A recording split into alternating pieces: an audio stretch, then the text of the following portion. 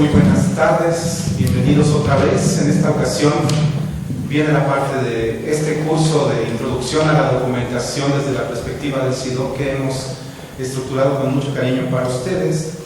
Y si me han seguido en la mañana ya sabrán que siempre tengo dos caras respecto a la documentación, una pesimista que tiene que ver con el cómo podemos dialogar respecto a los enormes problemas que genera la documentación, pero otro también muy optimista y relajado, en donde creo que los problemas son de todos, de las personas, de las organizaciones, de las instituciones, y con buena voluntad, con cierto conocimiento, todo puede solventarse. Entonces, ahora, quienes me escucharon en la mañana deben de decir, este hombre es una persona muy rigurosa, muy férrea en lo que piensa, muy descabellada en todo lo que dice. Ahora van a conocer al otro Pedro, que es mucho más relajado, aunque siempre llamando al orden, siempre llamando al orden. Tengo la felicidad de trabajar también con Claudio desde hace más o menos 4 o 5 años. Nosotros venimos trabajando juntos, muy interesados en diversos aspectos, primero de la catalogación, y Claudio va a tratar temas relacionados o referidos a problemas de terminologías controladas y soluciones viables para hacer de las descripciones que podamos hacer un mundo mejor. ¿No es así, Claudio? Y bueno, yo que me he dedicado más al estudio de ciertos estándares, algunos con mayor profundidad, otros con menor profundidad, pero ustedes van a saber y deben de saberlo y deben de conocer que hay una enorme cantidad de estándares para muchas facetas distintas, no solo para el patrimonio cultural, sino para dominios y problemáticas muy diversas. Sin embargo, aquí yo voy a atender, salvo un estándar en particular, el Spectrum, varios de los que ha venido promoviendo SIDOC, el Comité Internacional para la Documentación, en los últimos 20 años. De modo que la charla, debo contarles también, se divide en dos partes. Por azares de la historia y del destino quedaron así. El día de hoy me tocará a mí exponerles esta introducción a la documentación. El día de mañana Claudio ahorita les va a contar de qué va a tratar, y al finalizar el jueves yo volveré para cerrar el tema de la documentación. A ver, Claudio, ¿de qué vas a hablar mañana? ¿Cuál será la mecánica? Bueno, el contexto de trabajo en el que nos encontramos en el instituto y la línea de investigación más importante que suscribimos es la documentación. Y identificamos que para una buena documentación, o como se llama el taller, una documentación adecuada o que responda a la realidad del siglo XXI, hay 3 elementos necesarios, ¿no? Una serie de estándares de los que Pedro les va a hablar. También hablamos de una serie de reglas, es decir, esas reglas norman sobre cómo utilizar los estándares y cómo vaciar nuestra información y sistematizarla en estos estándares. Pensemos pues que el estándar es como una serie de cajitas que relaciona todas estas cajitas entre sí. Las reglas es que cómo vamos a poner la información dentro de esas cajitas, y no quiero decir más porque Pedro eso lo explica maravillosamente bien. Y por último, digamos que hay una última regla que dice si puedes utilizar un vocabulario controlado.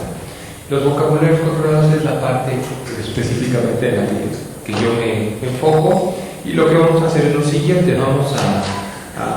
En este curso vamos a tratar algunos aspectos relacionados con una clasificación de diccionarios. Estas clasificaciones de diccionarios nos permitirán, espero, que poder decidir cuál diccionario nos conviene y cuáles son los enfoques de cada uno de los diccionarios existentes para nosotros poder llenar esta información sobre la descripción de objetos del patrimonio.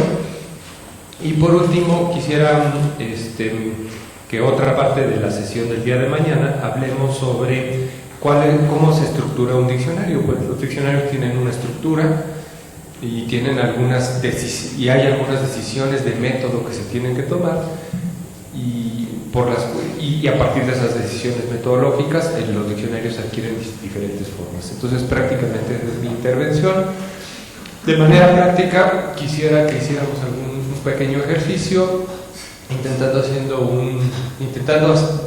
hacer un incipiente control de vocabularios, y les preparé ahí unos ejercicios que a ver si los podemos imprimir en el transcurso de la tarde o mañana temprano, y aquí los tendremos para el día de mañana, ¿no?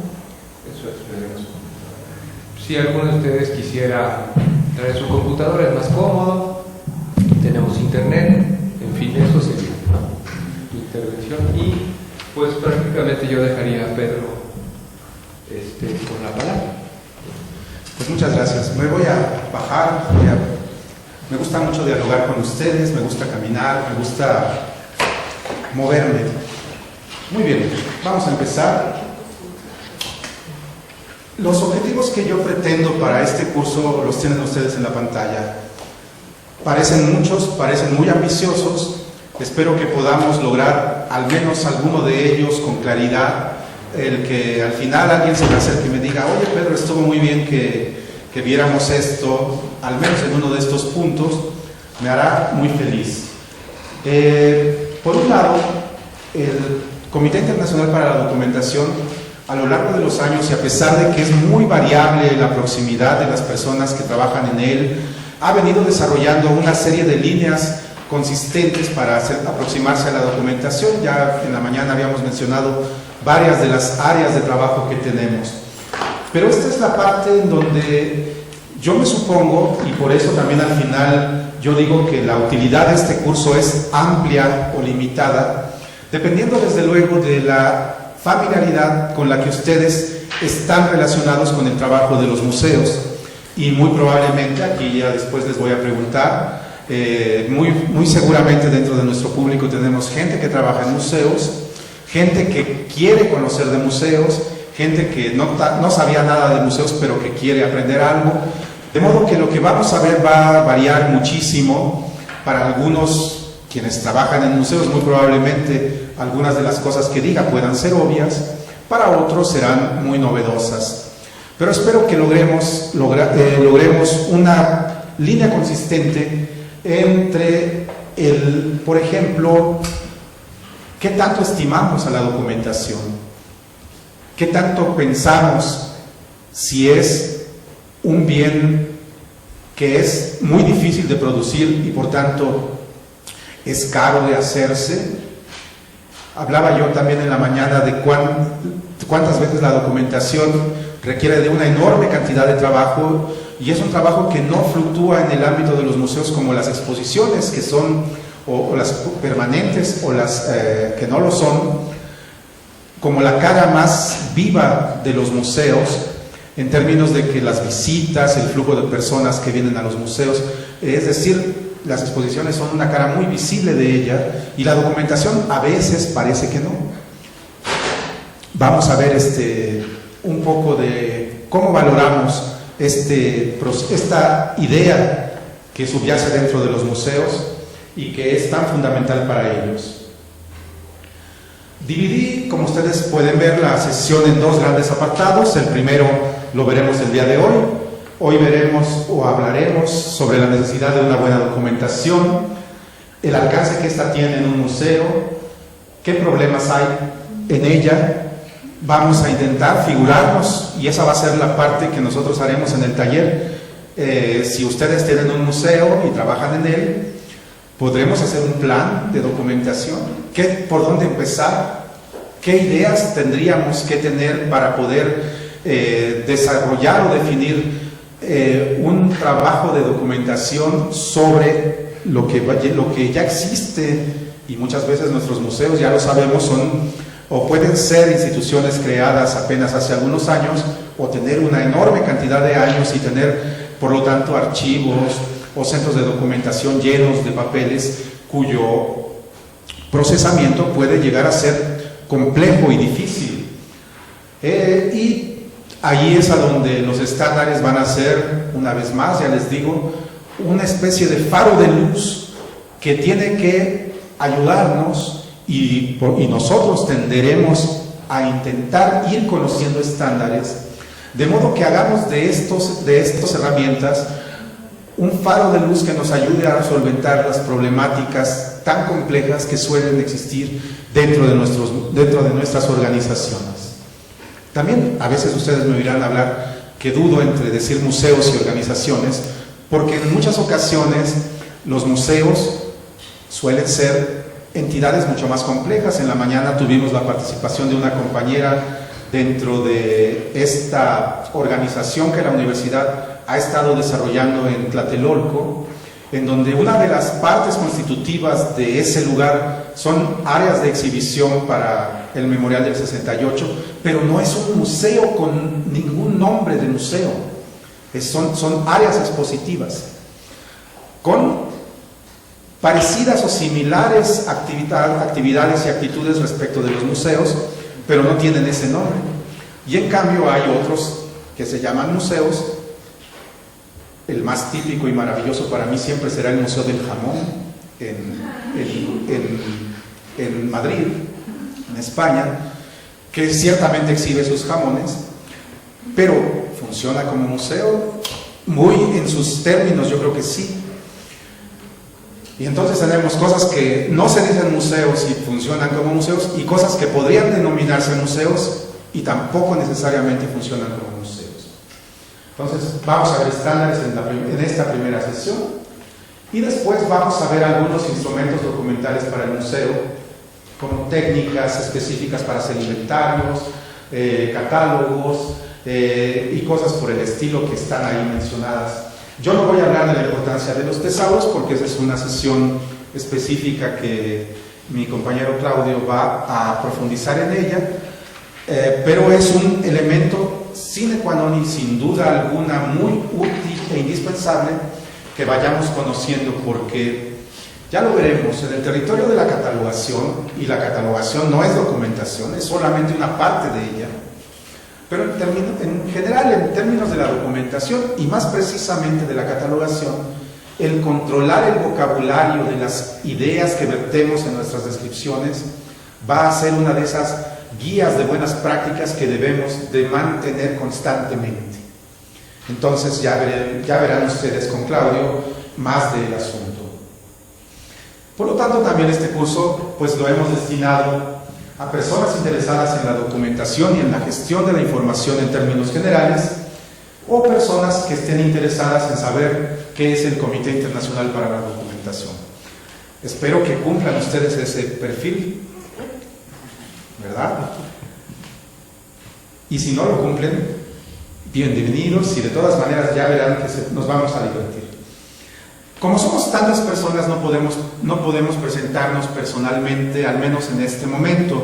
Tal vez a lo largo del taller podamos tener alguna identificación más particular, pero sí me gustaría saber, por ejemplo, ¿quiénes trabajan en un museo? Levanten la mano. Miren ustedes cómo es una mayoría de las personas que están en esta sala, de modo que creo que vamos perfectamente en la intención de esto.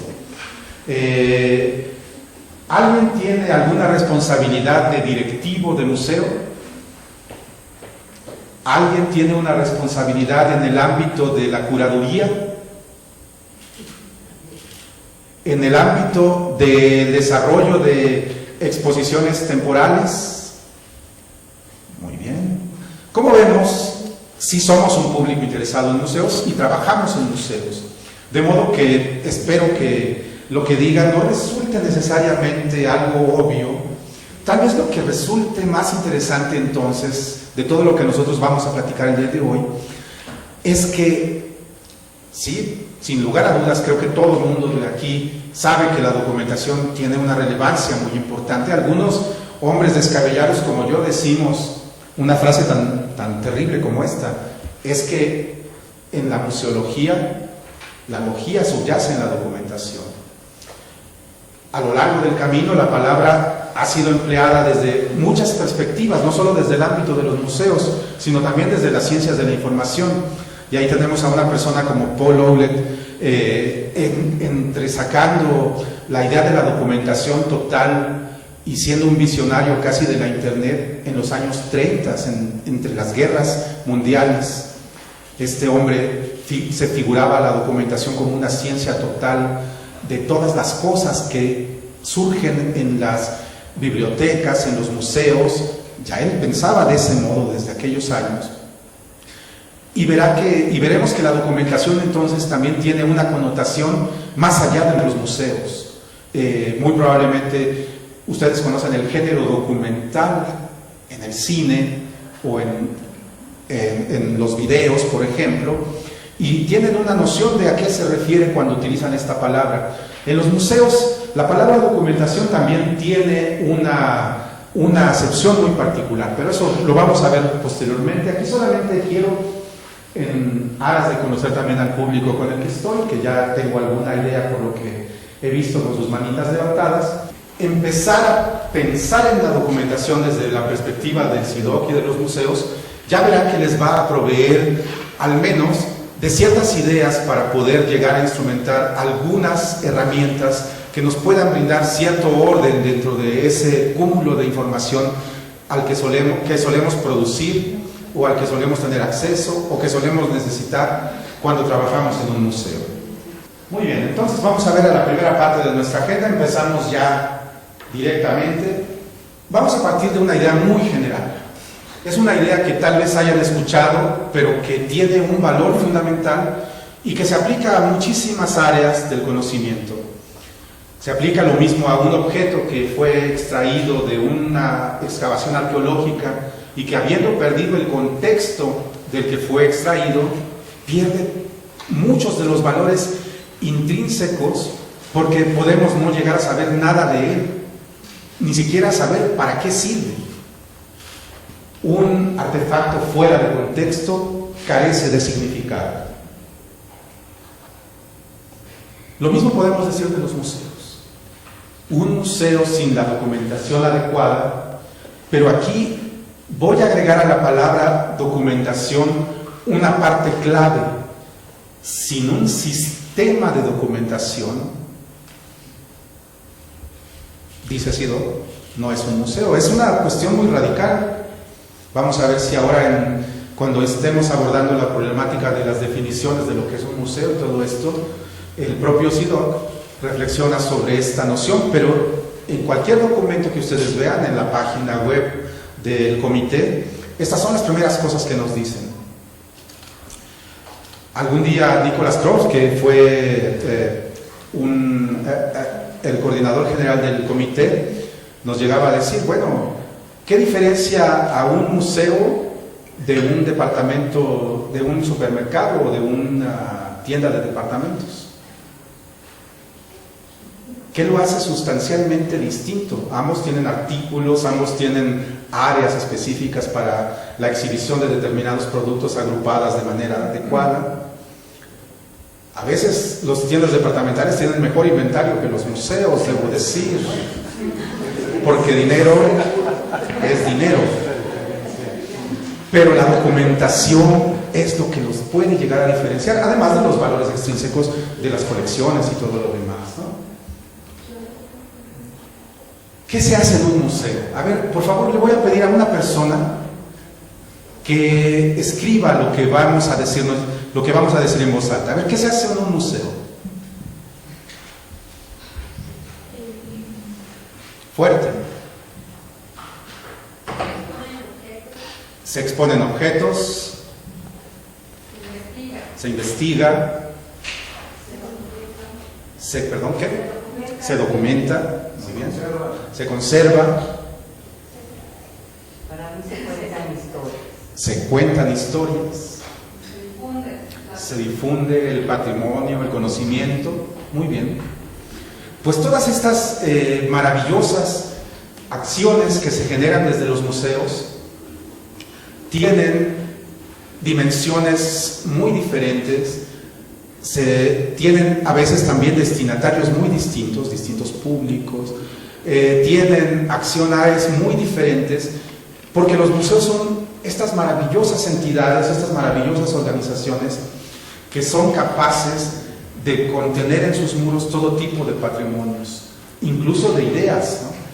Cuando yo oigo hablar del Museo de la Tolerancia, me quedo siempre pensando que hemos musealizado una idea, no necesariamente una colección, aunque las exhibiciones que ya muestra este museo hablan de cómo la idea ha generado estas líneas de trabajo. De modo que los museos sí son maravillosos, son un universo terriblemente complejo. ¿Y qué sería la documentación? Es la otra pregunta que es obvia. Pues primero tendríamos que pensar que documentación se deriva en primera instancia de dos distintas formas de lenguaje. Primero es un sustantivo, de modo que un documento es todo testimonio que con cierta materialidad o perdurabilidad en el tiempo se fija y contiene información y es producido por un museo, usado por un museo, encontrado en un museo, puede tratar sobre cualquier aspecto del museo. Documentar es el verbo que es al final el resultado de la documentación. Entonces tenemos documento y documentar.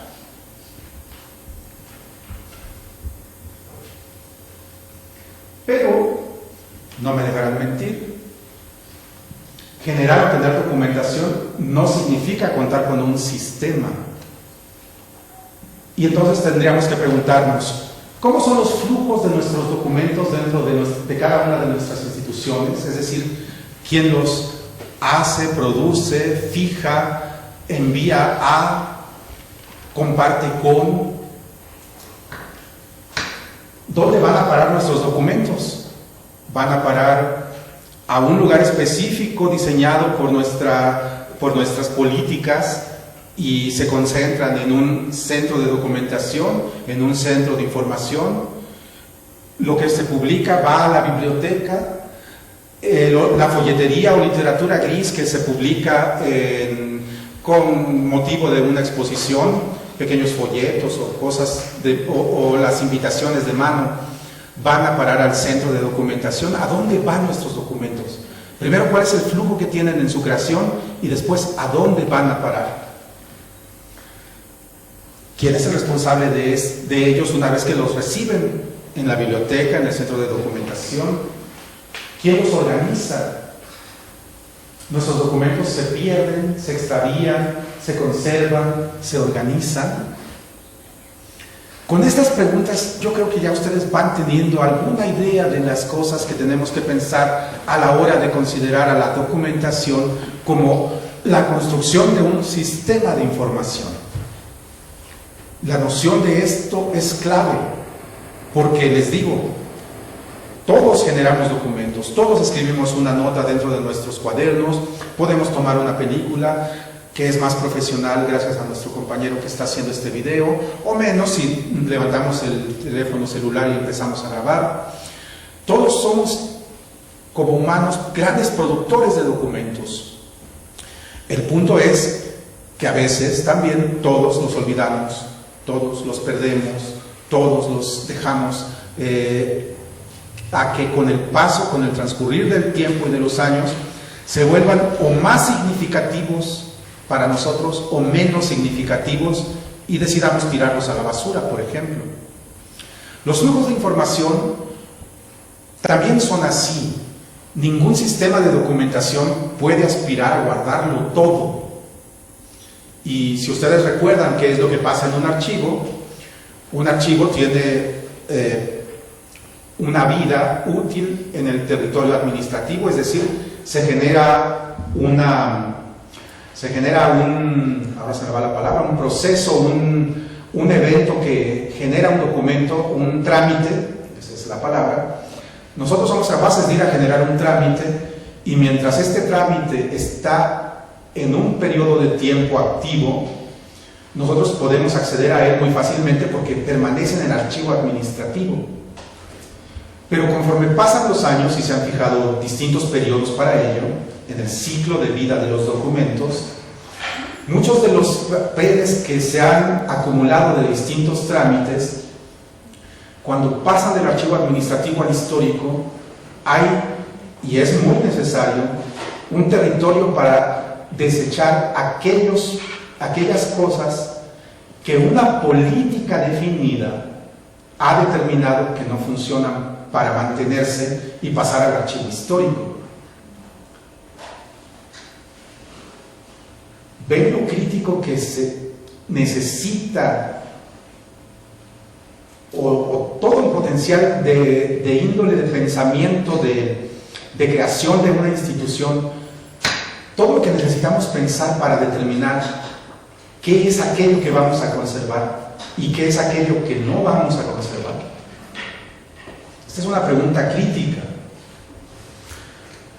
Ahora viene otra pregunta fundamental, digo yo, pues también es, ¿qué es un museo? Y de momento, y como en Kioto van a trabajar muchísimo en esta nueva definición que viene, yo no quiero dejar pasar por alto la que todavía se maneja, porque es también, y este es uno de los grandes valores que tiene tener una definición, y en este caso tener a la definición de museos. ¿Qué es un museo para el Comité Internacional de Museos? El Consejo Internacional de Museos. Ahí he ido poniendo diferentes colores para ir resaltando ciertas intuiciones que tendríamos que pensar y definir muy adecuadamente. Lo primero es esta de sin fines de lucro. A veces podríamos pensar que la mayoría de los museos persiguen este fin, pero sin duda alguno todos los museos, no importa cuáles sean, sí aspiran a la permanencia. Y si aspiramos a la permanencia, debemos aspirar también a transmitir los valores de nuestras colecciones, de nuestros objetos, de nuestro proceder frente al conocimiento a partir de una documentación adecuada.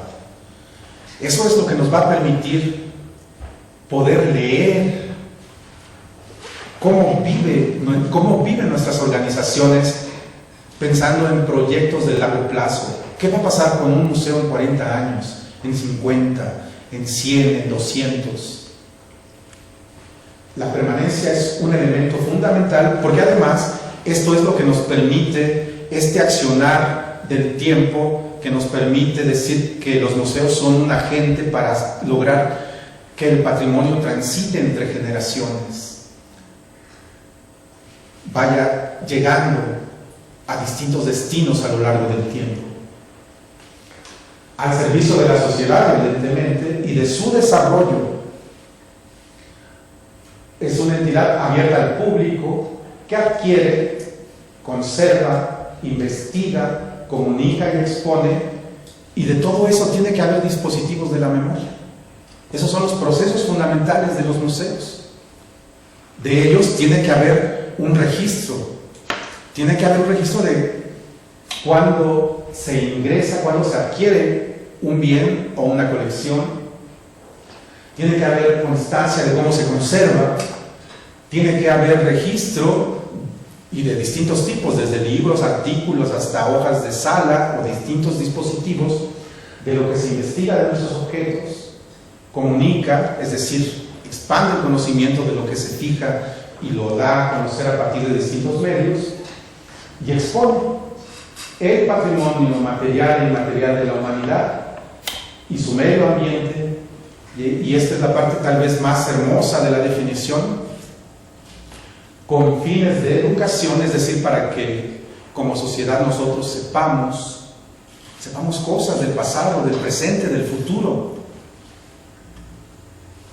Estudiemos, tengamos la capacidad de ver a los objetos a partir de ellos mismos, contar historias, recrear narraciones, definir futuros, averiguar cómo fue, tener testimonios de eso y proyecciones de cómo será. Y la dimensión del recreo, la dimensión del contacto de gozo que se tiene con los objetos, tampoco queda olvidado en esta definición. Y ahora mismo ustedes ya lo habrán escuchado y seguramente han visto muchas de los anuncios que tenderán a desplazar esta definición que ha funcionado durante algunos años para decir y para que todos nosotros transmitamos a todos que es un museo. hay esta nueva revisión y alguna vez tal vez tendremos una definición distinta o no. Ya veremos qué es lo que decide, qué es lo que se decide en Kioto. Pero por lo pronto parte de las campañas que están definidas y decididas para este fin tienen que ver con pensamientos que el propio ICOM ha fijado en estos eslogans que se distribuyen en Instagram y nos dicen muchísimas cosas tan interesantes como estas sobre lo que es un museo o estas, ¿no? Un museo soporta la creatividad, un museo es un foro dinámico para la justicia global contemporánea, un museo tiende enlaces y puentes para las comunidades, un museo nos ayuda a aprender más de nosotros y de nuestro propio medio ambiente, un museo es un agente de cambio social, un museo contribuye a la sustentabilidad económica y al desarrollo. Y es que todo esto es un museo. ¿Y cómo poder decir todo eso en una sola definición? De por sí, ya como lo decía en la primera lámina, saber que es un museo y tener una noción ya es un milagro. De modo que construir milagros, ya lo sabemos, tiene que ser parte también de nuestras vocaciones. Y los museos no son los únicos que utilizan las técnicas de la documentación. También lo hacen los archivos, también lo hacen las bibliotecas. En cada una de ellas la palabra documentación representa cosas distintas. Y no por ello hay ciertos elementos que hacen a la documentación un elemento común. De hecho, cuando nosotros hablamos de la perspectiva GLAM, a mí me maravilla porque ahí encontramos aquello que es común en todas las instituciones de la memoria para beneficio de los públicos a los que nos dirigimos. Una perspectiva GLAM es un portal como el de Europeana, en donde podemos consultar algo y obtener como respuesta, no importa si lo que buscamos está en un museo, una biblioteca, un archivo, una galería, un portal único de acceso que nos va a conducir en un segundo nivel más profundamente a aquello que podemos o tenemos el gusto de querer simplemente ver por alguna razón de estudio o por disfrute.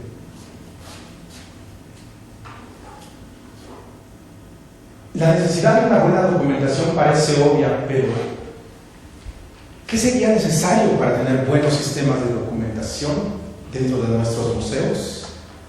Es una pregunta muy importante, muy particular, que va de la mano de muchos factores, yo diría.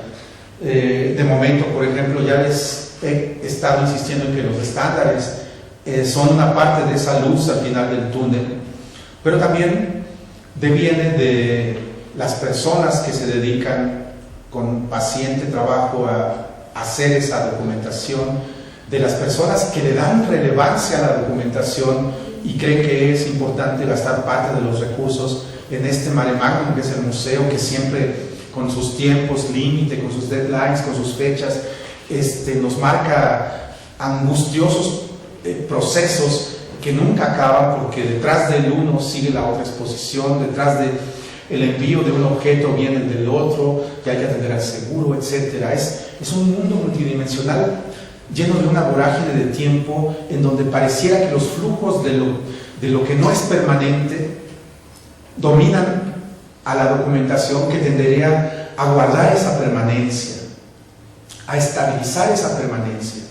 Y más aún, no solo, ya les digo, basta tener documentación, sino aspirar a contar con un sistema de documentación que haga que todos nuestros papeles administrativos, la información que tenemos de nuestros objetos, sea asequible en el tiempo, sea fácilmente localizable, nos permita, en caso de tragedias, poder documentar aquello que tenemos, aquello que falta por un incendio, por un temblor, por algo, o por un robo, decir, pues me falta esto, y aquí está mi ficha Object ID, para boletinarla a Interpol y poder recuperar o llegar a recuperar con mucha mejor certeza de la que haría un relato. Oiga, pues fíjese que se me perdió un reloj. ¿Y cómo era ese reloj? Antiguo. Si tenemos una descripción adecuada, hecha por un experto, en un instrumento hecho para no expertos, que es la ficha Object ID, muy probablemente la restitución del bien tenga mayores posibilidades. No garantiza nada, pero tal vez sí mayores posibilidades. Buena documentación. Ya esto lo hemos repetido. Lo que sí hay que decir es que esto sí parte de un documento muy importante para el CIDOC, que es estos principios del museo, ¿no? Que tienen un documento, ahí pueden verlo ustedes, en inglés, y ahora lo vamos a glosar un poquito en nuestra siguiente diapositiva. Declaración de principios de la documentación museística, así lo traduje yo. ¿Y qué menciona CIDOC? Un sistema de documentación adecuado tiene estas características, es decir, el CIDOC, que trabaja como lo hace la propia UNESCO, que trabaja como lo hace el propio ICOM, genera una serie de documentos clave. Este sería uno de ellos, uno que todos ustedes tendrían que conocer, del mismo modo que todos tendríamos que tener en nuestra mente, por ejemplo, el código de deontología que cada vez que nos inscribimos al ICOM cada año juramos que lo conocemos. Este sería otro de esos documentos que tendríamos, si queremos conocer de documentación y desde la perspectiva de la documentación del CIDOC, tener en mente, ¿no? La declaración de principios de la documentación museística. Y es una hoja breve, todo el documento es ese, no es más. Pero vean qué riqueza de documento.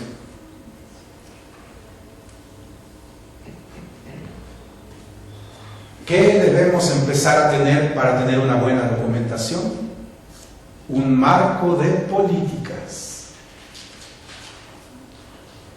Y en este marco, establecer que los estándares, establecer qué estándares vamos a continuar, vamos a tener en mente para poder proceder a trabajar respecto de nuestra documentación.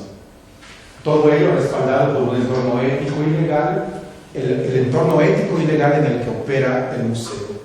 Y aquí vamos de documentación internacional, como los códigos de deontología del ICOM, como este propio documento, a los documentos que producen nuestros propios museos, nuestras propias instituciones marco, nuestras propias legislaciones.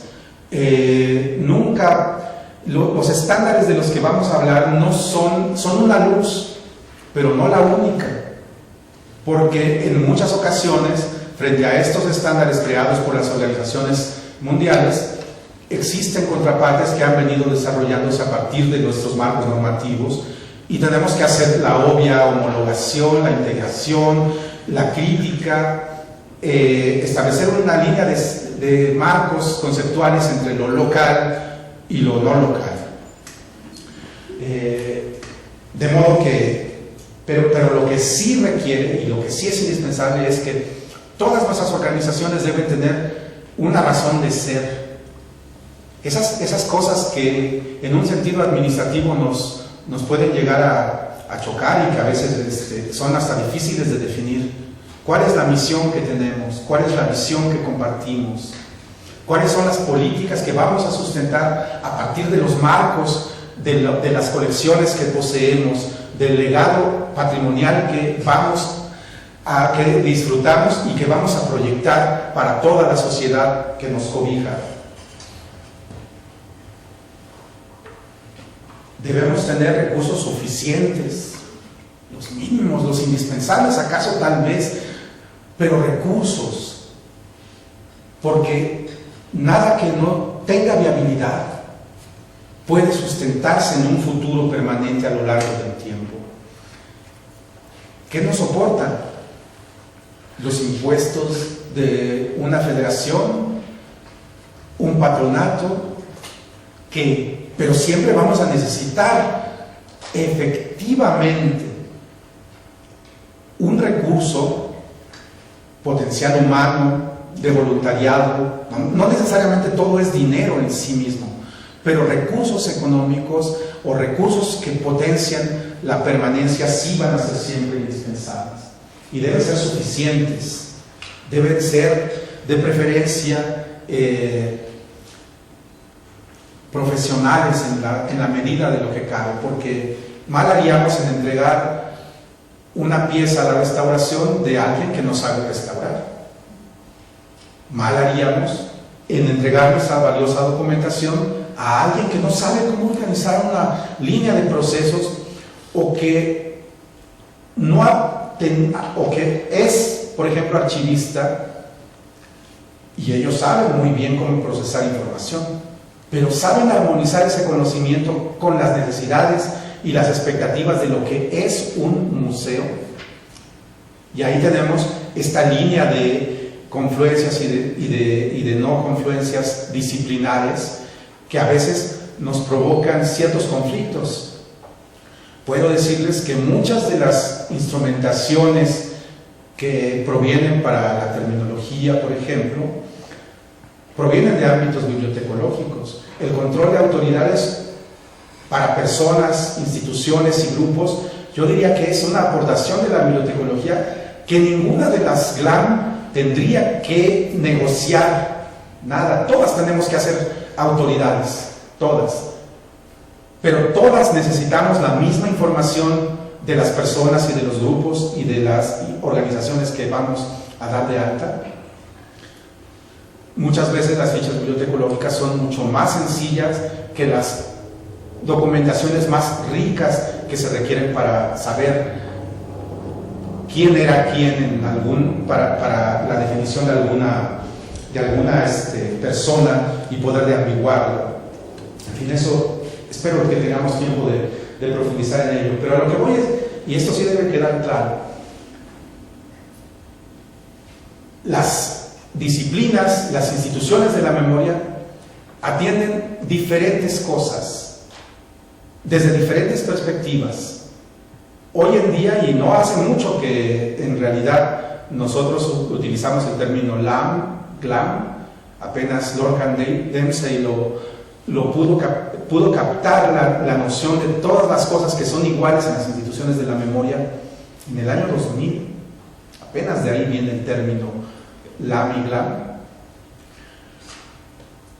Pero en medio de estas similitudes existen diferencias que tenemos que aprender a mirar muy bien y aprovecharlas, porque las diferencias también en ese sentido nos enriquecen mucho. Adoptar estándares nacionales e internacionales según corresponda. Mantener los registros de nuestros objetos y colecciones actualizados y completos en la medida de las posibilidades. Y brindar un acceso efectivo a la información para que todo el personal de nuestros museos y sus usuarios puedan encontrar lo que necesitan, de modo apropiado. El resto del documento, en la última parte, nos habla de cuáles son, esos son los requisitos de una documentación. Ahora nos habla de las ventajas de tener un buen sistema de documentación. Y el primero que menciona es que tener un buen sistema de documentación evidencia la propiedad de los objetos. Es decir, puede haber menos dudas para poder decir esto es mío.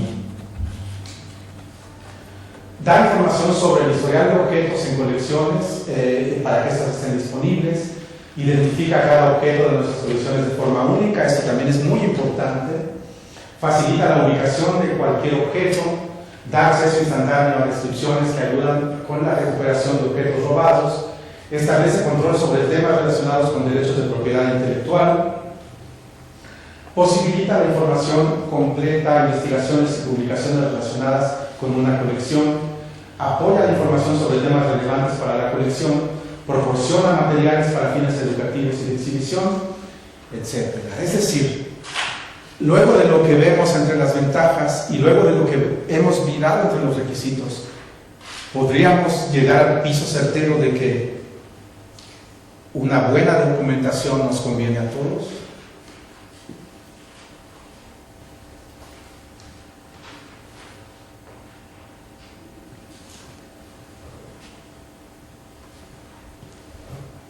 ¿Y cuál es nuestra realidad? Entre el deber ser, entre ese topos urano que la teoría marca, ¿cuál es nuestra realidad? ¿Cómo tenemos documentación o tenemos un sistema de documentación? ¿Alguien me quiere decir aquí? Yo tengo, no me digan de qué museo ni nada, nada más. Yo sí tengo un buen sistema de documentación. ¿Quién me levanta la mano?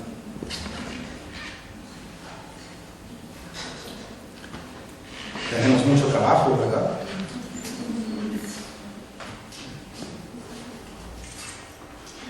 Aquí hay algunos datos. Este estudio de ICROM es espectacular. Ustedes, bueno, podrán verlo en esta página que está ahí puesta. Y siempre llama la atención, aunque REORG es una entidad que se preocupa mucho por los depósitos de los museos y por su estado. Y a veces hay historias bastante complicadas en donde los depósitos de los objetos son muy precarios. REORG plantea una muy buena metodología para cambiar a un depósito antes llamado bodega por una sala de resguardo mucho más adecuada para los objetos. Y fíjense lo que dice, ¿no? En 2011 esta asociación ligada al ICROM hizo una encuesta para 1.500 museos de 136 países. Es una muestra bastante generosa y amplia, y menciona que 1 de cada 4 museos no tienen un sistema de documentación completo, adecuado o compatible. Son bastantes, si ustedes lo miran en la muestra. 1 de cada 3 tienen problemas con sus lugares de almacenamiento. 1 de cada 4 tiene dificultades de circulación en las áreas de almacenamiento. Y 1 de cada 2 tiene espacio insuficiente. Profundizando más en el tema de la parte de la documentación, que era la que a mí me interesaba, en ese 1 de cada 4, las razones por las que se dice que 1 de cada 4 no tiene un buen sistema de documentación va por este camino. No hay registro de movimiento de objetos, no hay registro de acceso, es decir, cuando llegan los objetos, o no está actualizado, no hay códigos de ubicación para unidades de almacenamiento o pasillos adecuados, no hay un catálogo principal, ni en papel o en el ámbito de cómputo, y hay muchos objetos que están directamente en el piso. Como ustedes pueden ver, en un estudio que no tiene muchos años, la problemática de los museos, y tal vez más en entornos como el nuestro, en nuestras áreas culturales, en nuestros países latinoamericanos, pues pueden llegar a tener ciertas características que van por ahí. La buena noticia es que también tenemos otro tipo de museos, ¿no? Tenemos museos que son ejemplares en las buenas prácticas y en el cómo se han esforzado por seguir ISOs parecidos a los que tiene el Georges Pompidou o cualquier otro museo del mundo. El camino, sin embargo, todavía es amplio, de muy intensa curva de aprendizaje y de muchas acciones que tenemos que emprender. Entonces, la documentación de qué es lo que tenemos que cuidar, porque en el fondo también las instituciones o las organizaciones culturales manejan un ámbito de control. Nos gusta ser controladores, ¿verdad? Pues hay que tener control sobre lo que se posee, sobre lo que se cuida, sobre lo que se custodia o gestiona, de lo que se es responsable. El horizonte de la responsabilidad frente a los objetos de los que es depósito un museo tiene que ser una constante permanente en nuestras cabezas, porque el patrimonio que custodiamos puede llegar a ser de una obra tan extraordinaria. Si hablamos de Louvre, pues la Mona Lisa; si hablamos de México, pues aquí, ¿qué será? La Piedra del Sol.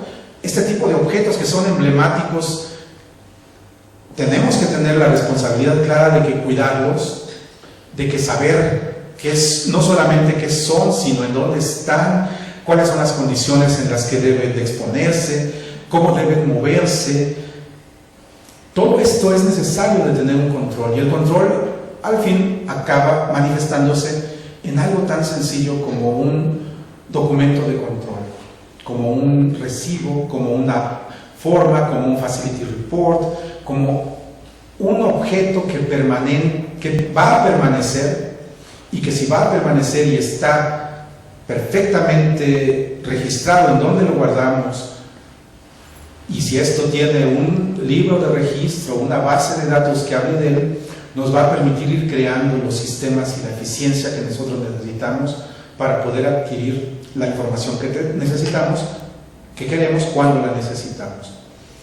Debo decirles que aun cuando en la mañana hablábamos de cómo las tecnologías de la información han tenido un protagonismo terriblemente importante en los últimos años, la buena documentación es independiente, o debería de serlo, de las tecnologías de la información. Tener libros de registro perfectamente adecuados podría ser una buena práctica en la muestra de cómo, y hasta mejor que una computadora que se apaga eventualmente, puede ser una buena práctica de cómo la documentación a la documentación no le importa en dónde tengamos el sistema que le sustenta. Claro está, como las tecnologías de la información favorecen y facilitan la búsqueda, tener un documento resguardado en el archivo y digitalizado y con la correspondiente metadata que nos permite su acceso, no solo dentro del museo, sino remotamente, tiene sus ventajas.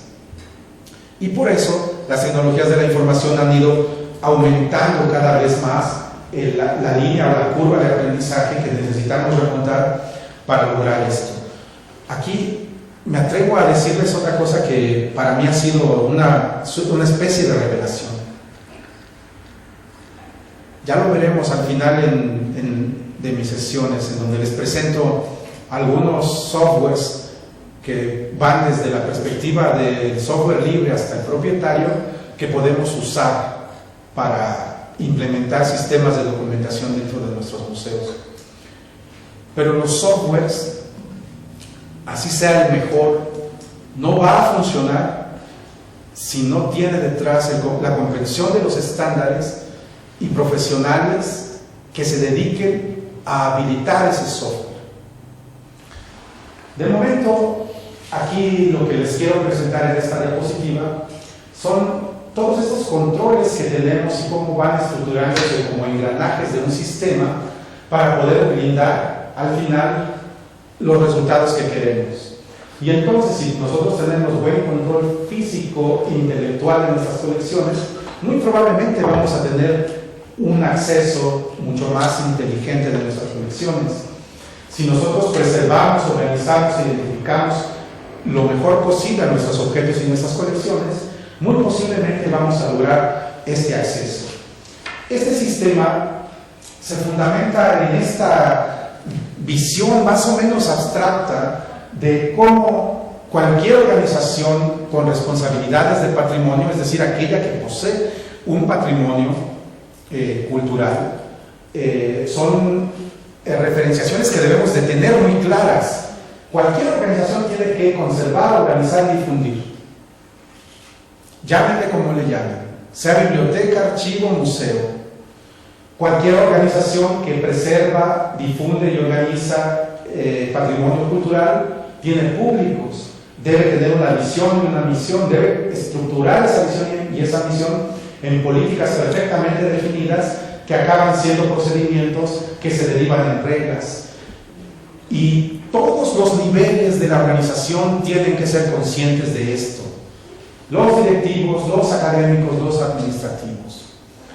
Tenemos que funcionar como una maquinaria bien aceitada, como un ejército perfectamente definido, con sus generales, con sus capitanes, con sus sargentos, con sus soldados. Tenemos que tener la capacidad de contar con medidas para que aquello que generamos y que es el documento, producto del ejercicio de la documentación, producto del quehacer cotidiano, vaya disfrutando del beneficio de integrarse a un sistema de documentación. Esto creo que ya lo explicamos, y aquí vemos cómo ese conservar, organizar y difundir crea flujos de información, y por eso ahí están mis llavecitas, ¿no? Hay flujos que no dan nada de agua, está cerrado, no vino quien tiene la llave, no hay, no existe, no sé, no está organizado, no hay información. Hay flujos poquito más generosos que esos que a cuentagotas nos van brindando la información que requerimos. ¿Y cómo le vamos a hacer para tener un flujo constante, rico, una guía general que nos permita acceder a la información que necesitamos cuando la requerimos? Hay un reclamo constante para los problemas de exposiciones. No hay sistema en México construido todavía que sea capaz de dar una lista de obra decorosa. ¿Quién me dice lo contrario? Una lista de obra decorosa. Medidas. Un día alguien me dijo, Córdoba Plaza conoce mejor mis objetos. ¿Por qué? Porque los mide perfectamente para hacer la caja de traslado. Las medidas que yo tengo suelen no tener la exactitud que Córdoba Plaza necesita para poderlas meter en la caja. Y eso está bien. ¿Qué necesitamos para que estos flujos de información sean adecuados? Aquí está lo de la tecnología, lo de la no tecnología. Todos tenemos documentación en nuestros museos. En ella está nuestra historia, la narrativa de cómo crece o se transforman nuestras colecciones, la vida de nuestros objetos, sus exhibiciones o las exposiciones curadas por nosotros. Ahí esto subyace en videos, audios, papeles, materiales impresos que conservan las palabras, las preguntas fundamentales a las que todos tenemos que responder siempre.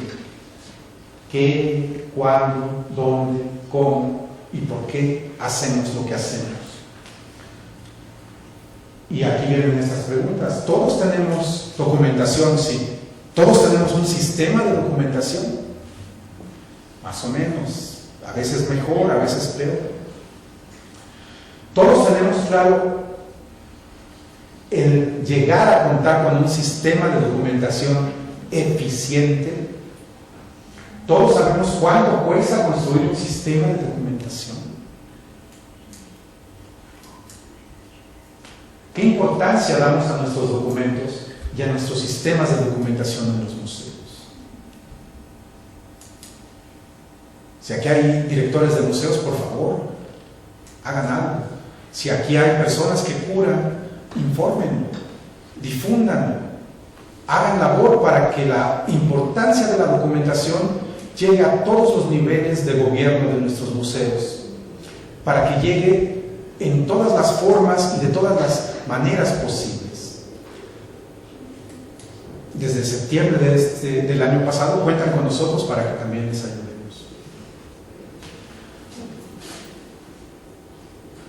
Y este tuit es maravilloso. Lo vi apenas ayer.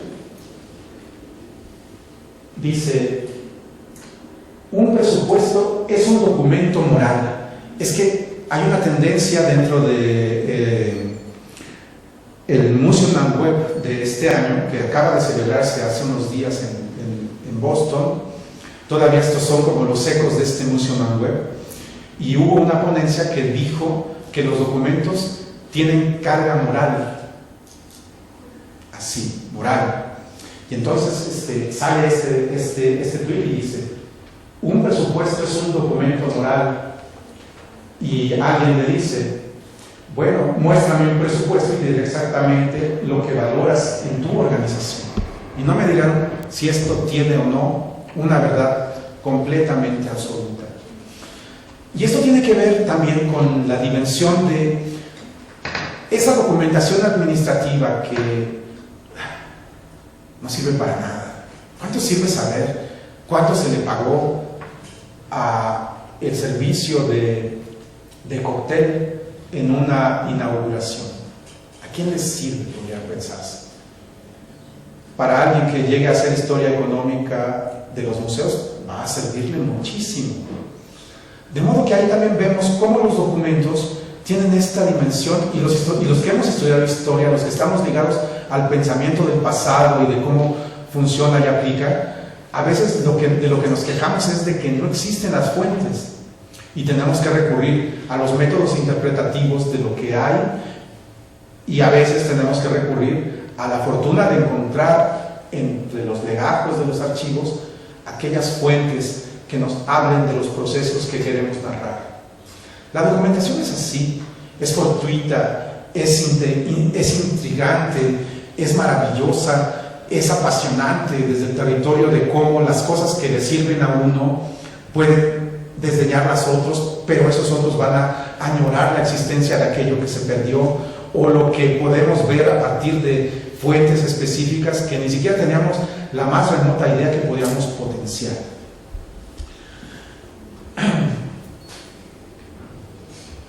Y aquí ya vamos llegando a este otro territorio útil. A ver cómo vamos de tiempo, que yo creo que ya vamos bien.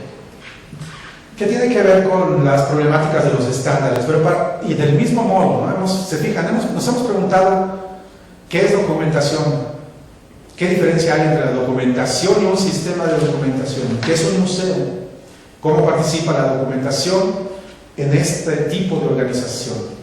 Hemos visto los lineamientos generales que el CIDOC propone para hacer la documentación de un museo. Hemos visto los distintos flujos de información que recaen en el generar documentación y el cómo estos flujos pueden ser amplios y generosos o restringidos hasta llegar a números. Hemos visto muchos conceptos. Yo podría hacer un examen ahora y decirles, ¿qué es un museo? No se asusten, no lo voy a hacer. Pero sí tenemos que tener una noción clara de lo que son los metadatos. Y como ocurre con los estándares, a mí me parece muy claro que esa definición de que un metadato es el dato del dato, eso no me dice nada. ¿A ustedes les dice algo? No. Yo creo que definir a un metadato como aquellos datos que describen a otros datos puede resultar un poco más ilustrador, mejor definido para el uso que quiero que se lleven ustedes. Y ya lo verán por qué, porque los datos que describen a otros datos de diferentes maneras por su uso o por su función va a ser la forma como vamos a conceptualizar a la información que proviene de nuestra documentación y que vamos a implementar desde la perspectiva de las ciencias de la información. En 2010, James Raley publicó este maravilloso especie de mapamundi de los metadatos. 110 tipos de estándares ligados a GLAM están desplegados aquí, y pues no deja de ser escalofriante pensar que hay 110 estándares distintos que tendríamos que tener una idea de ellos, ¿verdad? Tendríamos que tener una noción como para saber cuáles son los estándares que me van a funcionar a mí, que me van a servir a mí, y cuáles podemos ignorar, no porque es que no se puede todo. Si alguien llega a conocer estos 110 estándares a profundidad, venga conmigo a trabajar. Son 105.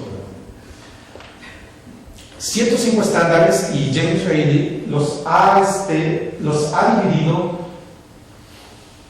en distintas conceptualizaciones. Entonces, por un lado, ha puesto a los estándares por dominio de información, por tipo de comunidad, por función y por propósito. Entonces, por ejemplo, en comunidad están ahí los archivos, las industrias de la información, las bibliotecas y los museos. ¿Eso qué quiere decir? Que cuando yo me aproximo al PAI del museo, me voy a encontrar aquellos estándares que son más adecuados para los museos. Y al mismo tiempo, en esta preciosa infografía, la maestra Raley, que es bibliotecaria, puso una concentración de color al centro que se va degradando conforme va al exterior, para poner a los estándares que son menos usuales al extremo y más usuales al centro.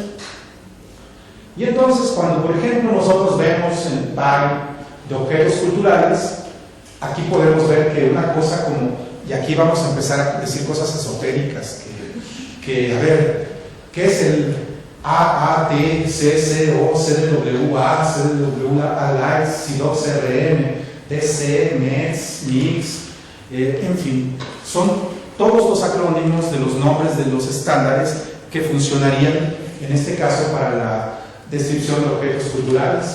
Y ahí quiero destacar algunos de ellos, no necesariamente ahora aquellos que son, que funcionan para la interoperabilidad o para la estructuración de la información estructurada para el uso de las computadoras, que sería toda la vertiente de estándares que son XML, hay varios al final, sino aquellos como VRA Core, TNG, Spectrum, del que vamos a hablar un poco,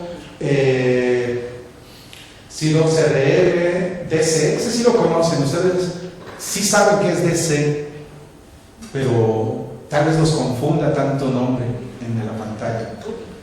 ¿No? ¿Alguien me dice qué significa DC? Dublin Core, así sabemos. Y algunos otros como CCO, que significa Cataloging Cultural Objects, que es un estándar, unas reglas de contenido producidas por expertos de BRA más CDWA del Instituto Getty. En fin, ahorita van a ver cómo los estándares tienen una serie de características, o al menos les voy a decir que las tienen. ¿Qué es estándar? Cuando yo hablo de estandarización, ¿a qué me refiero? A la utilización de estándares. También en español se traduce por normalización, pero yo prefiero el galicismo, porque la normalización que proviene de la norma tiene un significado mucho más amplio que el de estándar. Y entonces alguien puede entender que una norma no es evolutiva, sino reglamentaria y absoluta, por decir algo. Cuando todas estas cosas son más territorio de reflexión. Entonces los estándares, quiero contarles que tienen características generales. Hay muchos, ¿verdad? 105 en 2010. Algunos ya de esos estándares ya no existen, como uno de ellos Museum DAP, que se convirtió en Lido. Hay otros que se han mantenido y se han renovado, como Spectrum.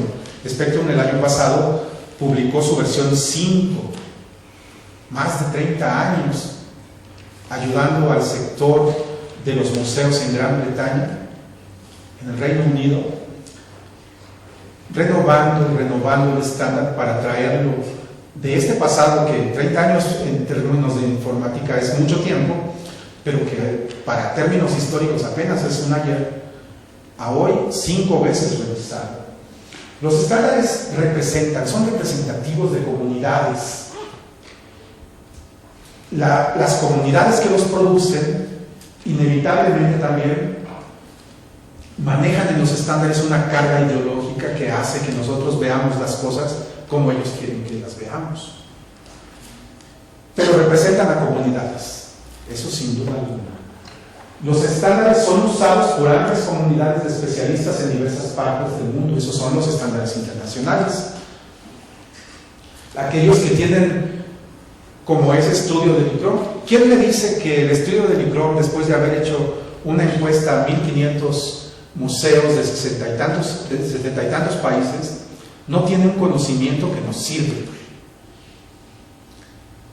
Un estándar, en la construcción de un estándar como Spectrum, también hay una gran cantidad de museos y de expertos de museos involucrados en la realización de ese estándar. Representan a una comunidad, se relacionan entre ellos. Ya les hacía yo esta historia de cómo los expertos de CDWA se reunieron con los de BRA para producir CCO. ¿Lo dejo así o...? pero suelen relacionarse y referirse entre sí. Eso es lo importante. Siempre todos los estándares tienen documentación amplia, asequible, preferentemente en línea. Ningún estándar malo va a tener como tiene aceptación internacional, tiene canales de distribución en donde cualquiera de las iniciales que ustedes ven, la buscan en internet, estándar tal, y van a encontrar información abundantísima de ellos, de todos. Tal vez de algunos más, tal vez de algunas menos, pero siempre van a tener información amplia de ellos. Se renueva periódicamente, esto no tiene vuelta de hoja. Ya les hablo del espectro, tiene 5 versiones, pero VRA tiene 4, pero Sidox RM va en la 6.5.4. Cualquier estándar va a tener trabajo continuo de esta comunidad que lo alienta, y más si lo formaliza, llevarlo a nivel de ISO, por ejemplo. Van a tener discusiones continuas, el ciclo de mejora continua va a ser perseguido por esta comunidad y con estos objetivos, y nunca van a dejar un estándar. Si lo dejan sin renovar es porque ya no funciona, porque fue sustituido por otro, porque por alguna razón importante que se cambió por este otro que es mejor por alguna razón, etc. Pero se renueva periódicamente. Además, los avances de las tecnologías de la información son tan dinámicos que es necesario que se renueven de esa manera. Son complejos, por lo general requieren de un entrenamiento formal para comprenderlos, y para aplicarlos generalmente se requiere una curva de aprendizaje importante. Su contenido refleja la composición de los metadatos, sus componentes centrales y la forma en que interactúan entre sí, es decir, estas ya son las reglas de operación de cada estándar, y tienen una lógica propia. A veces esta lógica propia hace que los estándares no sean necesariamente transparentes uno entre otro. Y aquí tenemos un ejemplo, como nombre o autor o agente es definido por distintos estándares y parece que son lo mismo, pero llegan a tener, sobre todo en la definición, pequeñas cuestiones que nos permiten preguntarnos a veces si aún con el nombre las cosas se refieren a la misma cosa. Esto es para título, ¿verdad? Es decir, estos son los estándares, y esto es lo que los estándares definen como el título dentro de su propia lógica. Si leen lo que dice, entenderán lo que estoy mencionando. Los estándares, parece que todos hablan del título, pero cada uno lo hace dentro de su propia lógica. A veces esa lógica es correspondiente con la de otros estándares, pero a veces tiene matices que es necesario tener presentes, sobre todo cuando a la hora en términos de interoperabilidad queremos mecánicamente pasar la información de un campo que se llama título a otros que no necesariamente funcionan como título. Pero así son los estándares, tienen su lógica propia.